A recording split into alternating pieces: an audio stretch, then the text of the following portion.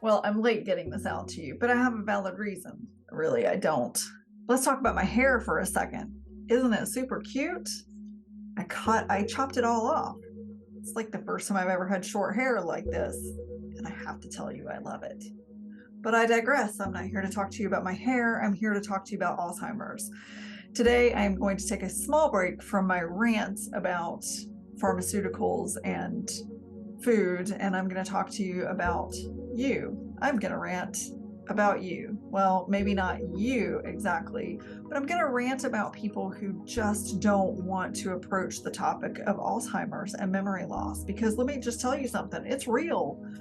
And it could happen to you, and it could happen to your spouse, and it could happen to your mother or your father. It could happen. And what I see in this world is so many people who are so oblivious and completely unwilling to talk about it. So I'm going to talk about it for you, and hopefully you will listen. It's going to be really short. What's really heavy on my heart right now is I've had actually 3 friends approach me in the last week who have parents who are having cognitive decline.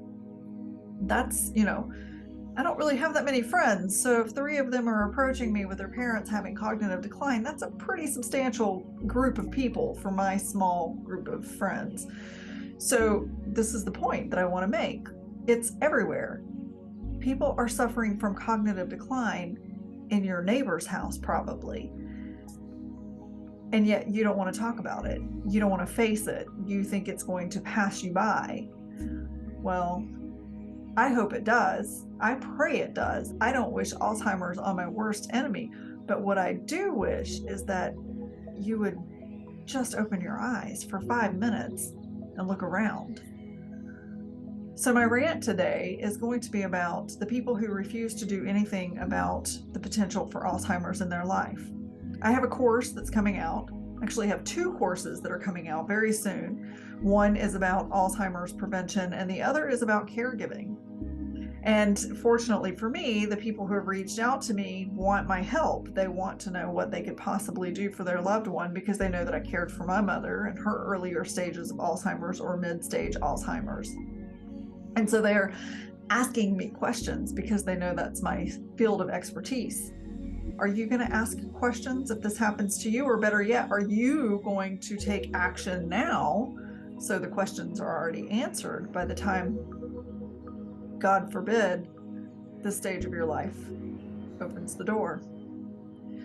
So the courses that I have coming out, as I said, are Alzheimer's prevention and caregiving. And what I want to focus on today is the caregiving side of things, because since I have friends that are talking to me about their loved ones who are showing cognitive decline symptoms, that's what I'm asking you to pay attention to.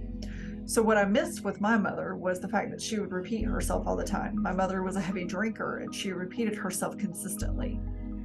In the same conversation, she would tell me the same thing multiple times. I chalked it up to her being drunk.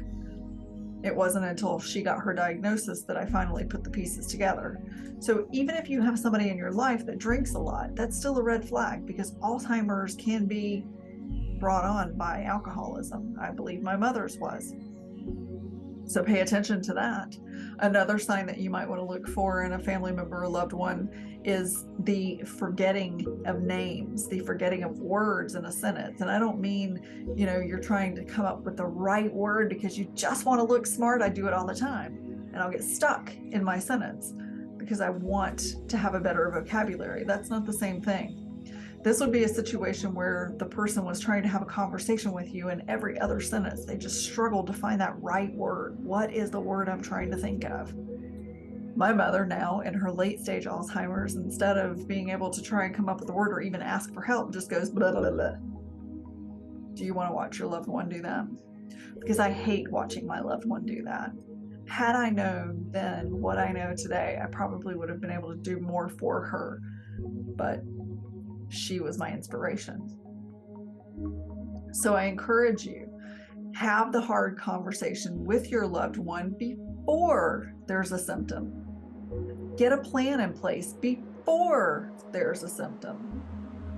Because if you wait until the symptoms are already there, odds are their memory is already going to be so long. My mentor, Dr. Dale Bredesen, says that if you get a diagnosis, you're already mid-stage. So there's a good chance they won't be lucid enough to be able to make legal decisions. I got lucky. I'm an only child. My mother was willing to do whatever I asked her to do because she understood at the time of her diagnosis that she had been diagnosed with dementia and she needed to make some serious changes in her life. So she was with me at her attorney's office and gave me those legal rights. But that doesn't mean that all parents are going to be willing to do that. In fact, in a lot of cases, when parents get diagnosed with something as serious as dementia, they will fight you because they don't want you to take over something they believe they should have control over. Have those conversations before you ever reach this point. So if you're not sure what to do, my course is going to launch soon. I'm happy to help you get that road started, get that conversation started with your family.